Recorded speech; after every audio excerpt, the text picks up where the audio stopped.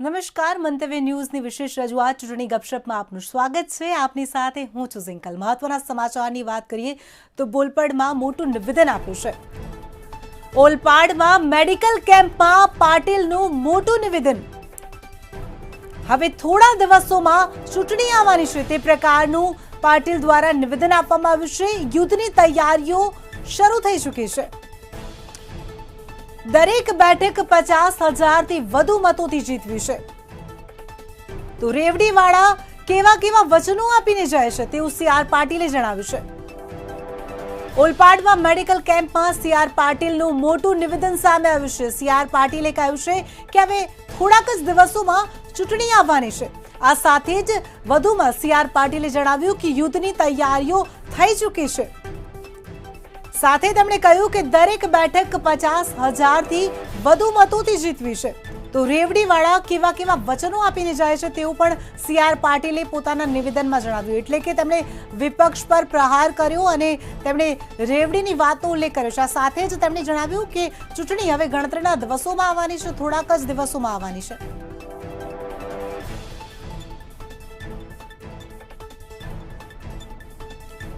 तो आज मुद्दे चर्चा करवा माटे अमारी साथे जोड़ाई गया है न्यूज रूम थी संवाददाता चेतन बामणिया।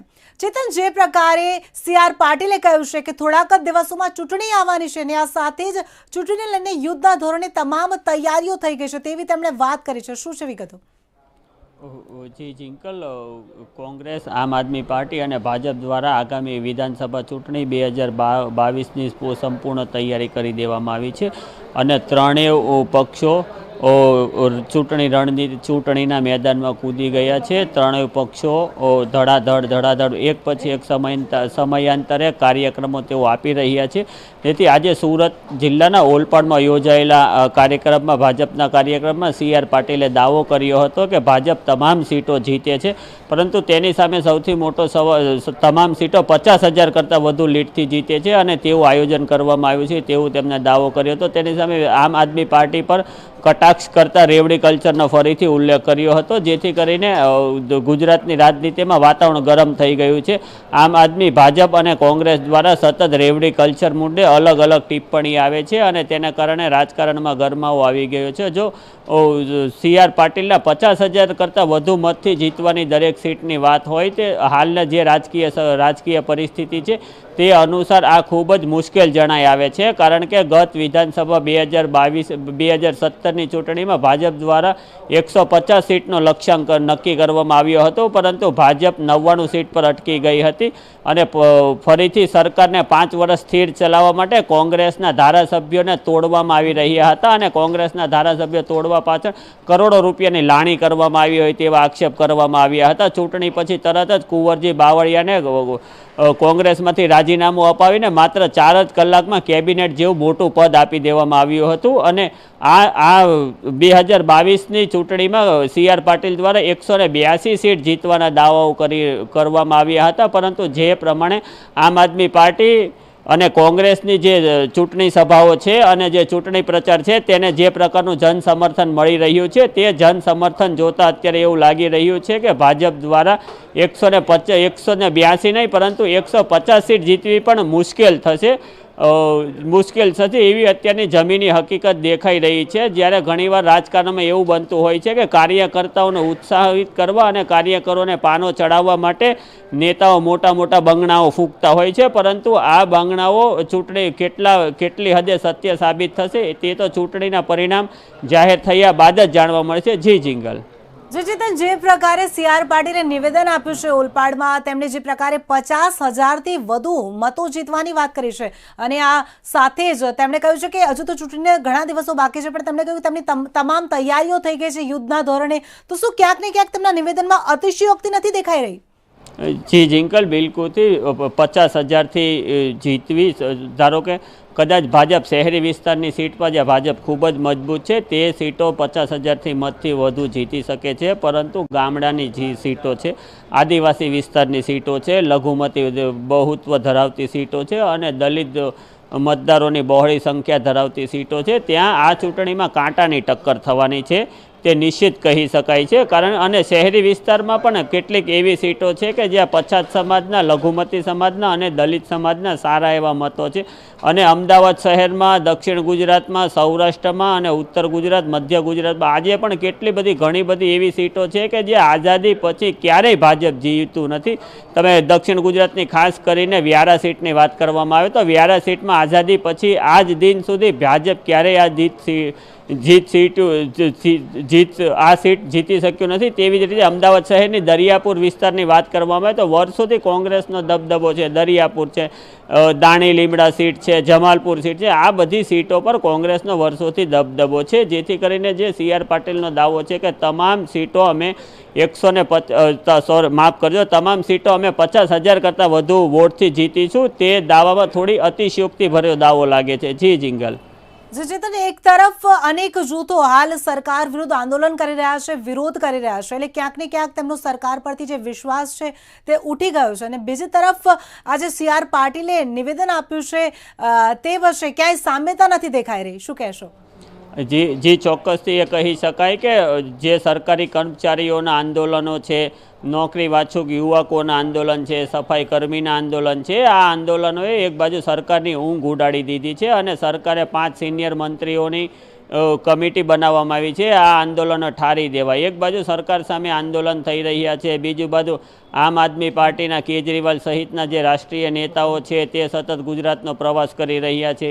કોંગ્રેસના રાહુલ ગાંધી તાજેતરમાં ગુજરાતનો પ્રવાસ કરી ગયા. આગામી 10 તારીખે કોંગ્રેસ દ્વારા આંશિક બંધનું એલાન આપવામાં આવ્યું છે. જે રીતે વિરોધ પક્ષોને જન સમર્થન મળી રહ્યું છે તે જોતાં હાલ પૂરતું એવું કહી શકાય કે 50,000ની લીડથી દરેક સીટો જીતવું ભાજપ માટે ખૂબ જ અઘરું અને લગભગ અશક્ય છે. જી જિંગલ. ચેતન, માહિતી બદલ આપનો આભાર. તો જે પ્રકારના સમાચાર મળી રહ્યા છે, ઓલપાડમાં મેડિકલ કેમ્પમાં સી.આર. પાટીલે મોટું નિવેદન આપ્યું છે. તેમણે કહ્યું છે કે હવે થોડા દિવસોમાં ચૂંટણી આવવાની છે અને ચૂંટણીને લઈને તેમની તમામ તૈયારીઓ યુદ્ધના ધોરણે થઈ ચૂકી છે. આ સાથે જ તેમણે આત્મવિશ્વાસ બતાવ્યો. તેમણે જણાવ્યું કે દરેક બેઠક પર 50,000થી વધુ મતોથી તેઓ જીતવાના છે. આ સાથે વિપક્ષ પર પણ તેમણે આકરા પ્રહારો કર્યા હતા.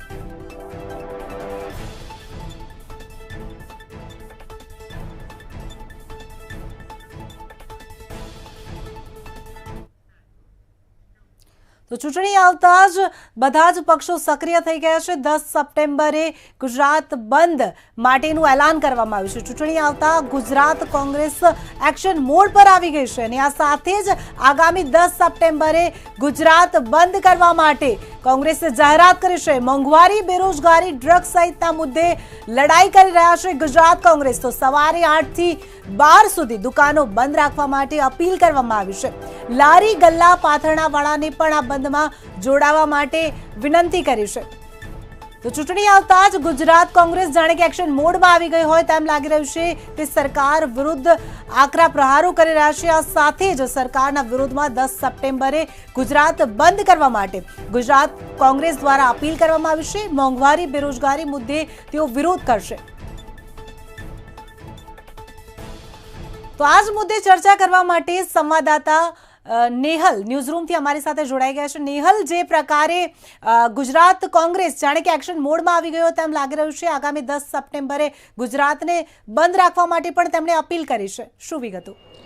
બિલકુલ કિંજલ, મહત્વની બાબત એ છે કે હવે ચૂંટણીના પડઘમ વાગી રહ્યા છે ત્યારે બધા જ પક્ષો છે એ ક્યાંક કમર એટલા માટે પણ કસી રહ્યા છે કારણ કે મતદાતા છે તેના તરફ આકર્ષાય તે માટેનો આ એક પ્રયાસ છે. બહુ સ્પષ્ટ છે કે કોંગ્રેસે જે પ્રમાણે આજે પ્રેસ કોન્ફરન્સનું આયોજન કરવામાં આવ્યું હતું ને ત્યારે કોંગ્રેસ પ્રમુખ જગદીશ ઠાકોરે જે પ્રમાણે તેમણે નિવેદન આપ્યું કે આગામી 10 તારીખે જે કોંગ્રેસ છે તેનું રાજ્યભરમાં, સમગ્ર રાજ્યમાં તેમના દ્વારા જે આંદોલન કરવામાં આવશે. સૌથી મહત્વની બાબત એ છે કે જ્યારે તેઓ ચૂંટણીમાં આવી રહ્યા છે ત્યારે તેમણે જે ભારતીય જનતા પાર્ટીને જે ટાર્ગેટ કરી છે તે આ મુદ્દા પર કરી છે. એક છે કે જે સરકાર દ્વારા કનડગત થાય છે, હેરાનગતિ થાય છે, આ એક મુદ્દો છે. તેવી જ રીતે મોંઘવારી મુદ્દે અત્યારે પ્રજા ત્રસ્ત છે. આ મુદ્દાને લઈને કોંગ્રેસ છે તે જનતા સમક્ષ જવા માંગે છે.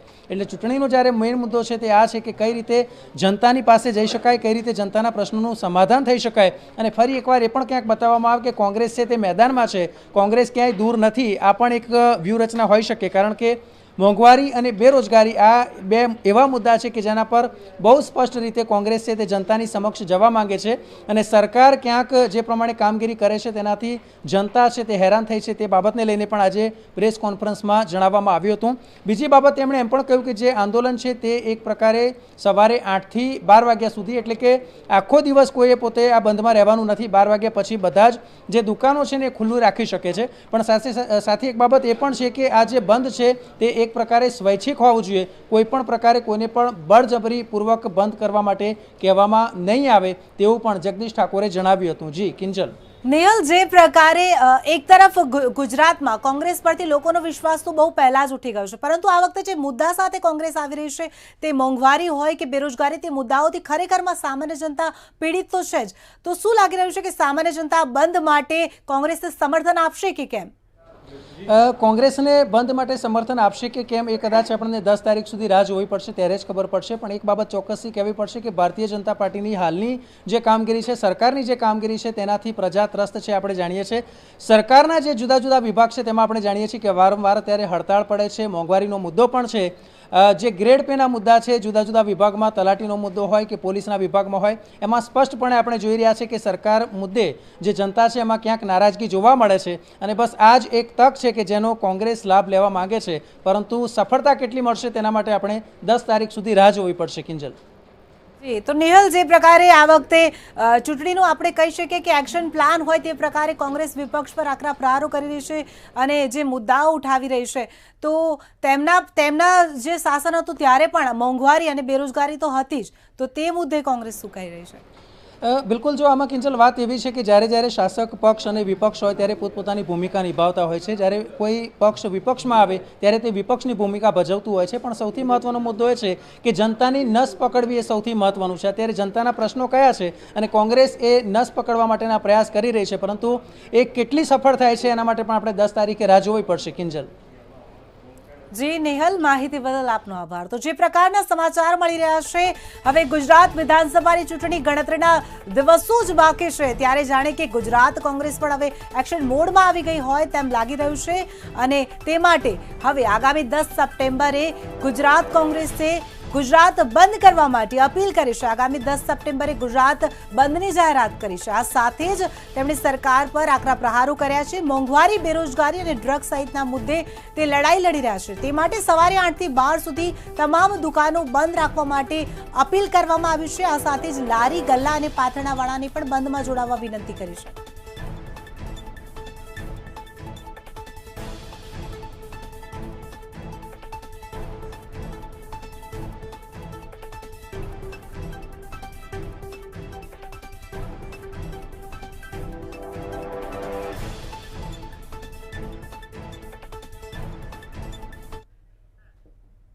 આગામી 18 સપ્ટેમ્બરે લાખો માલધારીઓ ગાંધીનગર ખાતે એકત્રિત થવાના છે. જે પ્રકારે રખડતા ઢોરનો પ્રશ્ન છે અને બીજી તરફ તંત્રએ રખડતા ઢોરને જે ડબ્બે પૂરવા માટે કામગીરી કરી તેના વિરોધમાં માલધારીઓ વિરોધ કરી રહ્યા છે. ગાંધીનગર શેરથા ટોલટેક્સ પાસે આ તમામ માલધારીઓ ભેગા થશે.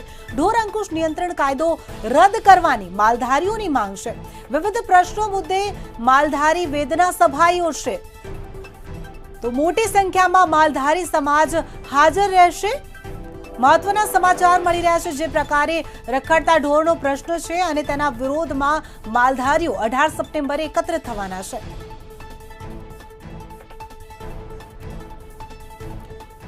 તો ન્યૂઝરૂમથી સચિન કાનાણી અમારી સાથે જોડાઈ ગયા છે. સચિન, જે પ્રકારે એક તરફ સરકાર રખડતા ઢોરને પાંજરે પૂરવા માટેની કવાયત હાથ ધરી હતી, ત્યાં જ માલધારીઓ અને પશુપાલકો વિરોધ કરી રહ્યા છે.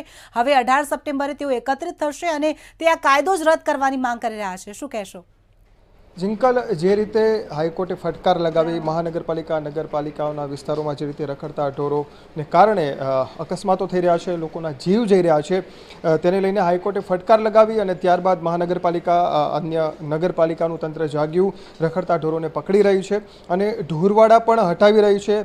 એની સામે માલધારી સમાજમાં પણ આક્રોશ છે, કારણ કે જે ગૌચરની જમીન છે રહી નથી અને તેને કારણે તેમને રોડ પર ઢોરો મૂકવા પડે છે. અને આને લઈને જ સરકાર સામે આ જે કાર્યવાહી કરવામાં આવી રહી છે તેનો વિરોધ કરી રહી છે. હવે માલધારી સમાજ છે આગામી દિવસોમાં એક મહાપંચાયતનું આયોજન કરવા જઈ રહ્યા છે અને આ માલધારી પંચાયત દ્વારા વિશાળ મહાપંચાયતનું આયોજન કરાશે માલધારી સમાજ દ્વારા. આ અંગે આપણે સીધી માહિતી મેળવીએ આપણા એસોસિએટ એડિટર પ્રફુલ ત્રિવેદી પાસેથી. પ્રફુલજી, એક તરફ ચૂંટણી નજીક આવી રહી છે, બીજી તરફ માલધારી સમાજનો રોષ છે. શું લાગે છે, માલધારી સમાજની વાત સાંભળશે? મૂળ વાત શું છે કે જે રખડતા ઢોરનો પ્રશ્ન છે અત્યંત પેચીદો છે અને છેલ્લા 20-25 વર્ષનો છે. આજ કંઈ નવો પ્રશ્ન નથી. આ એક ચતુષ્કોણ છે. એની એક બાજુ સરકાર છે, બીજી બાજુ માલધારી છે, ત્રીજી બાજુ હાઈકોર્ટ છે અને ચોથી બાજુ જે પરેશાન થઈ રહી છે પ્રજા છે કે રોડ ઉપર જેને પરેશાની થાય છે, ગાય છે એ શિંગડે ચડાવે છે અને વૃદ્ધ માણસો કે મહિલા પડી જાય છે અને એનું મૃત્યુ પણ થાય છે કે ઘાયલ થાય છે. એટલે આ જે પ્રશ્ન રખડતા ઢોરનો પ્રશ્ન છે અત્યંત પેચીદો છે. એ ઝડપથી હલ થઈ શકે એવી શક્યતા અને સંભાવના એટલા માટે નથી કે એ જે ઢોર છે, રખડતું ઢોર છે, એ જે નડે છે એ જે વાસ્તવિકતા છે એટલી જ વાસ્તવિકતા સામે એ પણ છે કે લોકોને દૂધ વગર ચાલવાનું નથી. અને દૂધનું જે અત્યારે વેચાણ અને ડેરી ઉદ્યોગ છે એ આખું જે દૂધનું ઉત્પાદન અને વેચાણ અને એ જે ઉદ્યોગ છે એનો જીડીપીમાં પણ મહત્ત્વનો ફાળો છે. અને ગ્રામ વિસ્તારમાં માલધારી સમાજ મોટાભાગે દૂધ ઉપર નભતો સમાજ છે. એટલે આ જે આખો જે પ્રશ્ન છે એટલે ગાય વગર પણ ચાલવાનું નથી અને ગાય ક્યાં બેસાડવી કે ક્યાં રાખવી બહુ મોટો સવાલ એટલા માટે છે કે માલધારીઓ પાસે એક તો જગ્યા ઓછી છે, બીજું ગાય છે એને સતત બંધાઈ રહેવું ગમતું હોતું નથી. એને થોડી વારે છૂટી મૂકવી પડે છે અને છૂટી મૂકે એટલે રોડ ઉપર કે રોડ ડિવાઈડર ઉપર આવીને બેસે છે. કેમ કે એને મચ્છર ના કરડે કે ધૂળથી બચવા માટે રોડ ડિવાઈડર ઉપર બેસે છે જેથી વાહનો આજુબાજુથી પસાર થાય એટલે એને હવા પણ આવે અને મચ્છર ના કરડે. એટલે ગાય છે એને સતત બાંધી રાખવી એ શક્ય નથી હોતું. ભેંસ છે એને સતત બાંધી રાખવી શક્ય હોય છે.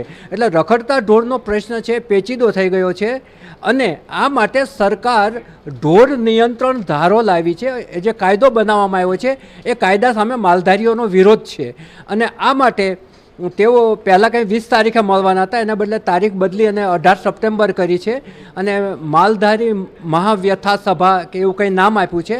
અને 21 અને 22 તારીખે વિધાનસભાનું સત્ર મળવાનું છે. એને ઘેરાવ કરવાનો, એની સામે દેખાવો યોજવાનો કાર્યક્રમ તે લોકો ઘડવાના છે. પ્રફુલજી, એક તરફ ચૂંટણી આવી રહી છે ત્યારે ભાજપ માટે માલધારી સમાજના મતો પણ મહત્વના બની જાય છે. બીજી તરફ હાઈકોર્ટની ફટકાર બાદ કાર્યવાહી કરવી પણ જરૂરી બની જાય છે. લાગે છે કે ભાજપ સરકારની સ્થિતિ, હું સંગઠન અને સરકાર બંનેને સાથે જોડું છું કારણ કે બંનેનું સાથે ચાલી રહ્યું છે. ભાજપ પ્રચાર કરી રહી છે, સરકારના કામો પણ હવે ચૂંટણી આવતા વેગવંતા બન્યા છે અને હાઈકોર્ટની ફટકારથી કામગીરી પણ કરવામાં આવી રહી છે. લાગે છે કે ભાજપ સંગઠન અને સરકારની હવે સુડી વચ્ચે સોપારી જેવી સ્થિતિ થઈ હોય? આવતા વખતની ચૂંટણી છે એ અત્યંત રસાકસી ભરી અને રસપ્રદ યોજાવાની છે. આજે તો CR પાટીલે એને યુદ્ધ નામ આપ્યું છે કે યુદ્ધ માટે તૈયાર થઈ જાઓ. એટલે તમે વિચારો કે આ વખતની ચૂંટણી કેવી હશે અને એની તૈયારીઓ કેટલી જોરશોરથી ચાલી રહી છે. હમણાં તમે જુઓ કે જુદા જુદા વર્ગોના ગાંધીનગરમાં આંદોલન ચાલી રહ્યા છે.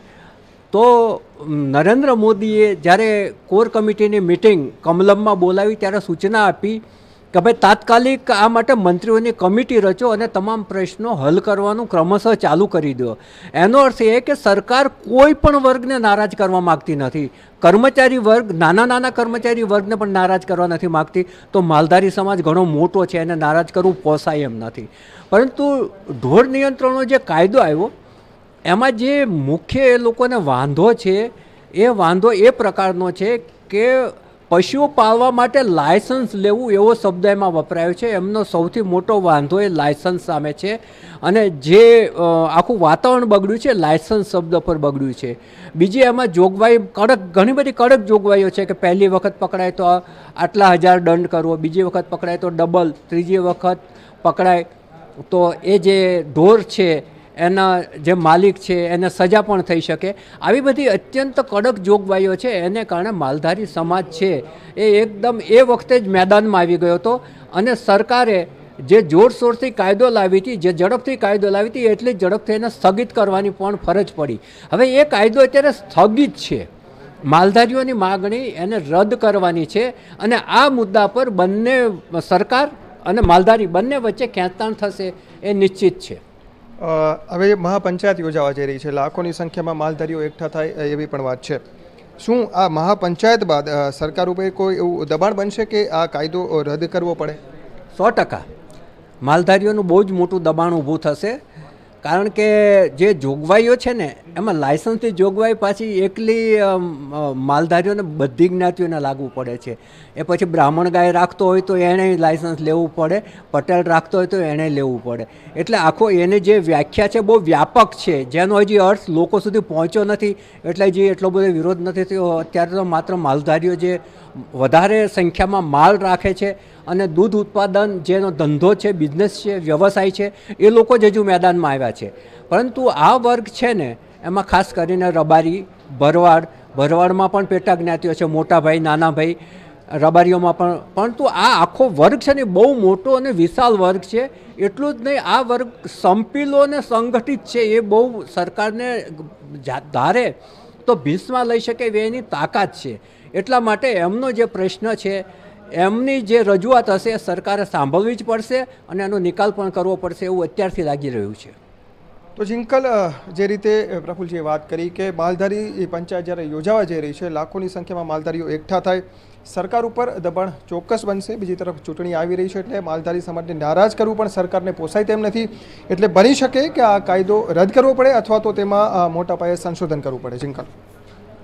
જી સચિન, માહિતી બદલ આપનો આભાર. તો જે પ્રકારના સમાચાર મળી રહ્યા છે, એક તરફ માલધારી સમાજ રોષે ભરાયું છે અને મોટી સંખ્યામાં ગાંધીનગર ખાતે તે એકત્રિત થશે. આગામી 18 સપ્ટેમ્બરના રોજ લાખો માલધારીઓ એકત્રિત થશે અને સરકાર વિરુદ્ધ પ્રદર્શન કરશે. ગાંધીનગરના શેરથા ટોલટેક્સ પાસે આ તમામ માલધારીઓ સમાજ ભેગા થશે.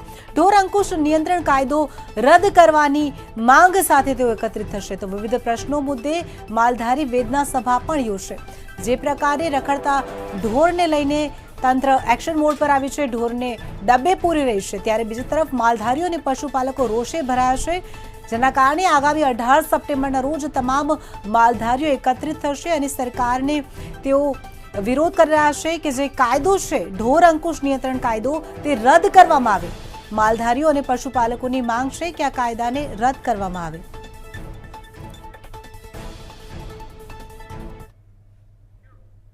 તો ચૂંટણી ગપશપમાં બસ આટલું જ. રજા આપશો. નમસ્કાર.